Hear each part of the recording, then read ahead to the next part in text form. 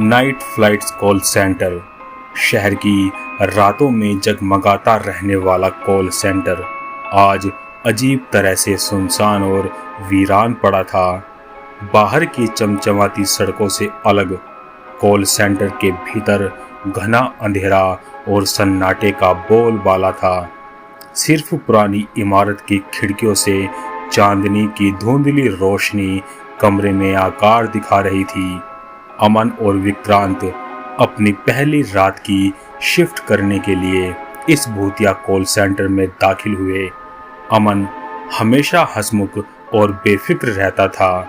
इस अजीब माहौल से वो भी थोड़ा घबराया हुआ था। वहीं विक्रांत थोड़ा रहस्य प्रेमी स्वभाव का था। यह माहौल उसे रोमांचित लग रहा था।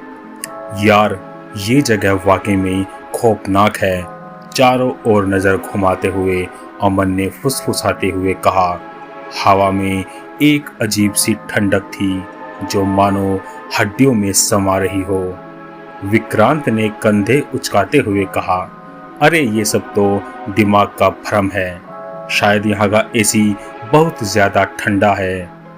कमरे में डेस्कटॉप कंप्यूटर की एक लंबी लाइन लगी थी। हर कंप्यूटर के सामने एक काली कुर्सी खाली पड़ी हुई थी। अचानक एक कुर्सी अपने आप पीछे सरकी। अमन और विक्रांत चौंक कर एक दूसरे की तरफ देखने लगे। कुछ नहीं हुआ। विक्रांत ने अपनी घबराहट छिपाने की कोशिश करते हुए कहा, मगर उसकी आवाज में थरथराहट साफ दिख रही थी। उन्होंने अपने अपने डेस्क पर बैठकर लॉगिन किया। कंप्यूटर स्क्रीन जगमगाई और हेडसेट पहनने का निर्देश आया। अमन ने हिम्मत जुटाकर हेडसेट लगाया। इसी वक्त उसके कानों में एक खौफनाक आवाज गूंजी। मैं तुम्हें देख रही हूँ। अमन चीख उठा। विक्रांत भी घबराकर अपने हेडसेट की तरफ झुका। वहां से भी वही आवाज आ रही थी। मैं तुम्हें देख रही हूँ।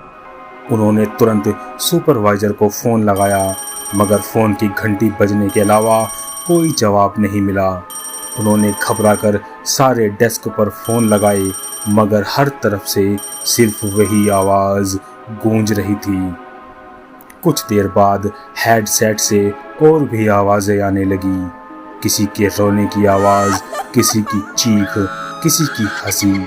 ये सब आवाजें एक भयानक सिम्फनी बना रही थी। कमरे में हवा तेज चलने लगी और कागजात इधर उधर उड़ने लगे। अचानक एक कंप्यूटर स्क्रीन पर एक तस्वीर उभरी। एक खून से लथपथ महिला की तस्वीर। उसके चेहरे पर एक खौफनाक मुस्कान थी और उसकी आंखों से खून टपक रहा था। अमन और विक्रांत डर के मारे खड़े हो गए। उन्हें यकीन हो गया था कि ये कोई साधारण जगह नहीं है। ये कॉल सेंटर किसी भयानक रहस्य को अपने सीने में दबाए हुए है। तभी एक और कंप्यूटर स्क्रीन पर एक वीडियो चलने लगा। उस वीडियो में एक आदमी, जिसे वे पहचान नहीं पा रहे थे, एक टेबल पर बैठा हुआ था। उसके सामने एक फाइल खुली हुई थी। अचानक कमरे में अंधेरा छाते ही वीडियो में बैठा हुआ आदमी चीखने लगा। उसके चेहरे पर दहशत साफ झलक रही थी। फिर कमरे में एक भयानक काली आकृति दिखाई दी। वह आदमी चीखता हुआ कुर्सी से नीचे गिरा और वीडियो खत्म हो गया। अमन और विक्रांत दहशत में कांप रहे थे। उन्हें भागने का मन हो रहा था, मगर ना जाने कहां बाहर निकलने का उन्हें रास्ता भी नहीं याद था। तभी एक बूढ़ा चौकीदार अपनी लाठी की आवाज करते हुए कमरे में दाखिल हुआ। उसके चेहरे पर डर के साए थे। क्या हुआ बेटे? चौकीदार ने पूछा उनके हाल को देखकर। अमन और विक्रांत ने उसे सब कुछ बताया। आवाजें, तस्वीरें, वीडियो। चौकीदार उनकी बातें शांत भाव से सुनता रहा। ये कॉल सेंटर पहले किसी और कंपनी का था, चौकीदार ने उन्हें बताते हुए कहा। उस कंपनी में कई अजीब घटनाएं हुई। कर्मचारी लापता हो जाते थे, कुछ पागल हो जाते आखिर में कंपनी को ये जगह बंद करनी पड़ी। लेकिन ये भूतों वाली आवाज़, अमन ने घबरा कर पूछा। चौकीदार ने एक लंबा सांस लिया और कहा, कहते हैं उस कंपनी के कई कर्मचारी यहीं मारे गए थे। अब उनकी आत्माएं यहीं भटकती है। अचानक कमरे में रोशनी चली गई। अंधेरे में चीखें पुकार पूरी तरह से गूंजने लगी।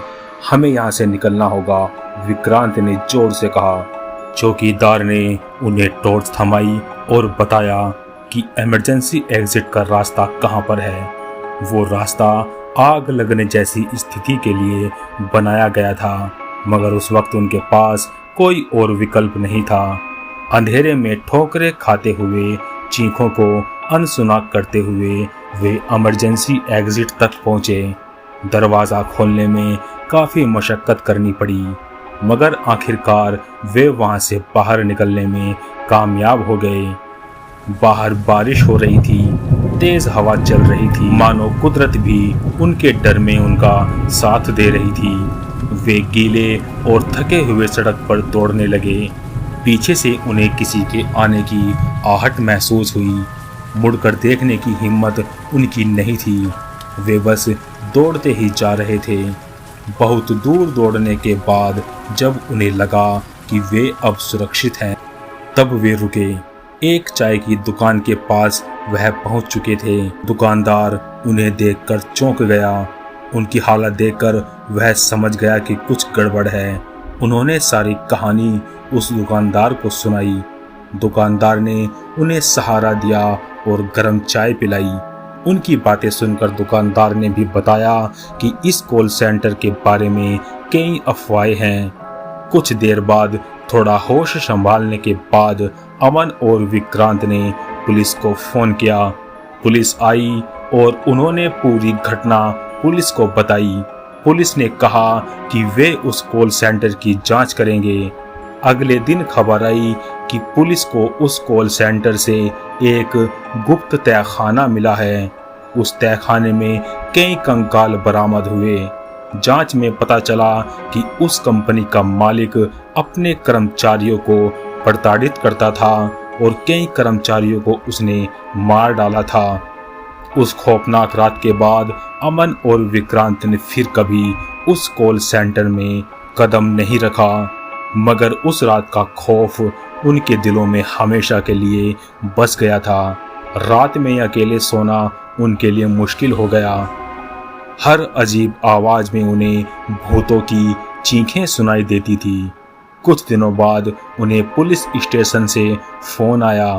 पुलिस ने बताया कि जांच में पता चला है कि तहखाने में मिले कंकालों में से एक उस खौफनाक वीडियो वाले आदमी का भी कंकाल था, मगर उस वीडियो में दिखी भयानक काली आकृति का कोई सुराग नहीं मिला। पुलिस अफसर ने बताया कि कंपनी के मालिक को गिरफ्तार कर लिया गया है, मगर भूतों के बारे में कुछ कह पाना मुश्किल है। ऐसे मामलों में अक्सर मानसिक दबाव ही आवाज़ें और तस्वीरें दिखा देता है।